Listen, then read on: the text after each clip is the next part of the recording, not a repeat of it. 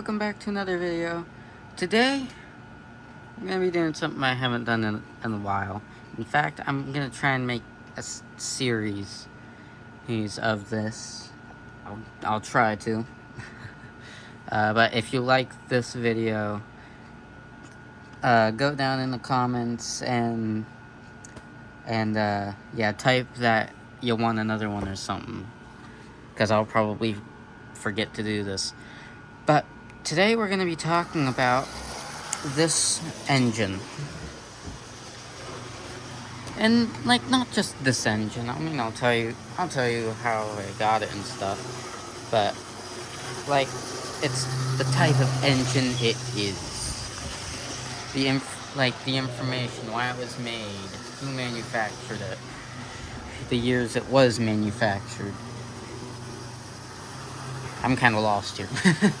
But this engine, man, it's really hard to focus with that thing going on.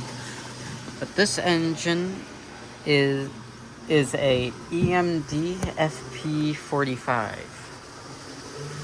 and I think it was manufactured from 1967 to 1968.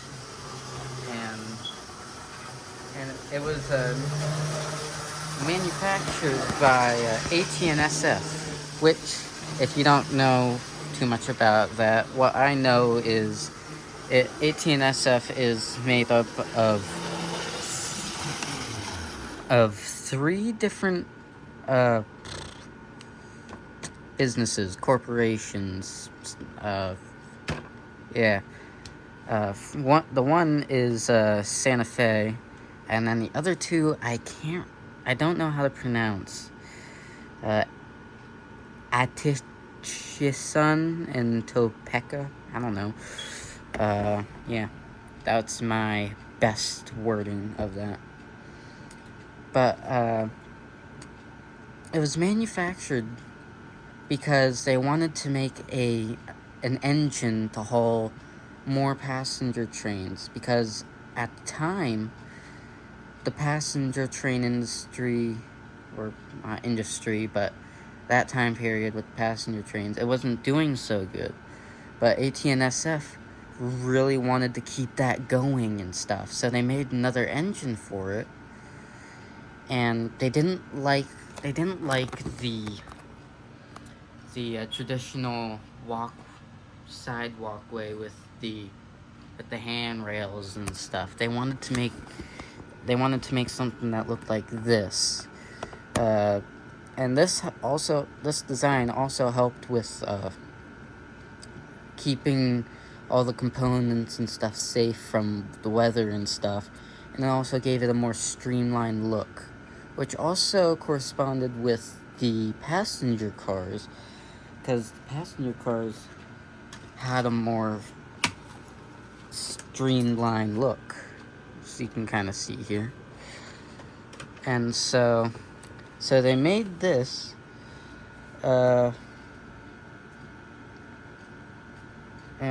yeah, they called it the Cal body style, and was mainly used in the western United States. But after a while, it went from being a passenger train to a freight train.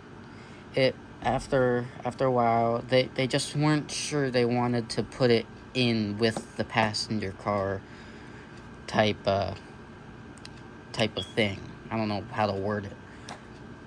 But yeah, then they started using it for freight cars and stuff like that. And but in 1971, it almost took over the passenger car type style industry. I don't know any other word, so I'm just gonna keep calling it industry. But it's not industry. But again, they just weren't sure they wanted it there. And so they had it do other stuff. And so, yeah. There's still There's still a lot of them today, I think. They've been fixing them up and all that. With the story behind this one, it's not really a big story. It's one of my newest in my collection. But yeah, I got it. But when I got it, I was going up to a small family thing, and I have an uncle who is well, he likes the model trains type stuff, model trains, model airplanes, and all that. And so I had to pick this up from the mailbox, and so when we got up there and stuff, I took it out of the box and I was showing him and stuff, and like it runs pretty good. It runs smoothly, a little loud. The contacts need some cleaning. I did clean them. I did clean them a little bit, but they need some more cleaning. But yeah, the shell's really easy to take off and all that. No lights, and yeah, it's featured in my newest short form video called YouTube Shorts. And so yeah, go check that out. I think it's pretty cool. Debating on whether I want to put a light in it, but I'm gonna try and somehow get a coupler on it. But yeah, so there's that engine. If I missed anything, if I missed any information about it, let me know down below in the comments. But like I said in the beginning of this video, I want to try and make this into a small series where I pick an engine from my collection and I just kind of tell the story behind it, whether it's the brand, the type, the design, stuff like that. These two, they're the same engine, but they have different paint schemes. Sure, they're different. I think they're a different drive, but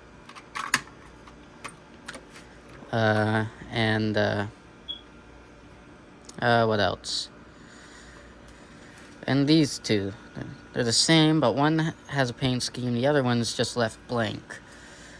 These, different paint schemes, same engine, same with the Union Pacific and the Amtrak, stuff like that. Now, some of them, I have so many 040s, or just little engines, mountain engines.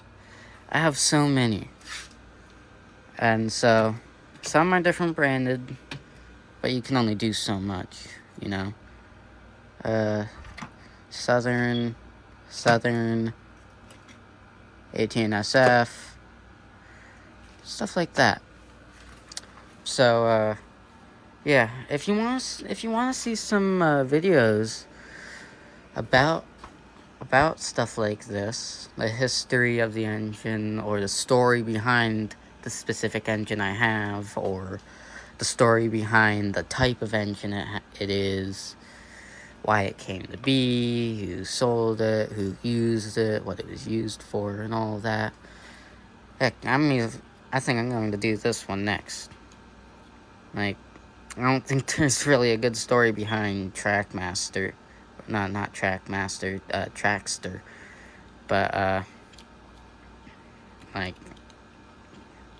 I can do a video of just, railroad vehicles in general. That's gonna be a short one.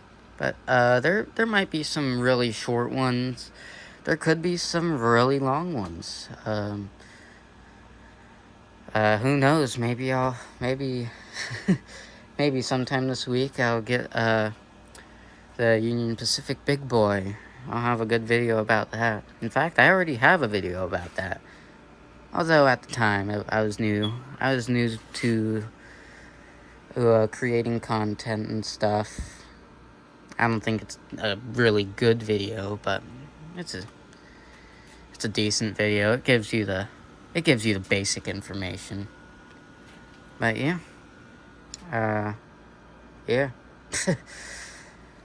Like, with these, like, they're the exact same. I'm only gonna do one. Like, I'm only gonna talk about one. If I had another one of these, I'd only talk about that. I'll do, like, 3 of these or 040s. Like, I'll talk about them. I might just do 040s in general. Because I have these 2, this one, there's 2 over here, 3 here. Here's another one, actually.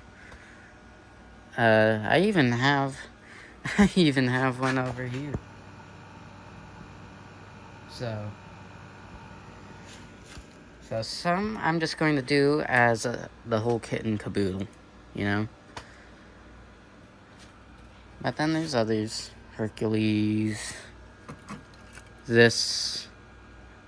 What is that? Pennsylvania. And yeah. I got an AT&S one. What? AT&SF one. This, Mountain Valley or something Mountain Express. But yeah. So yeah, if you wanna hear some more, if you wanna see some more videos kind of like this, I'm not gonna draw things out at the end like what I'm doing here.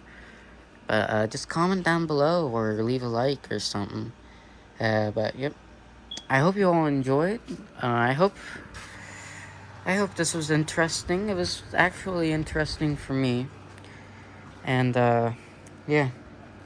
Oh, and if you watched my last video, I had to replace that box because I thought it was going out. It wouldn't go it wouldn't do things in reverse. It turns out it's because this one was connected.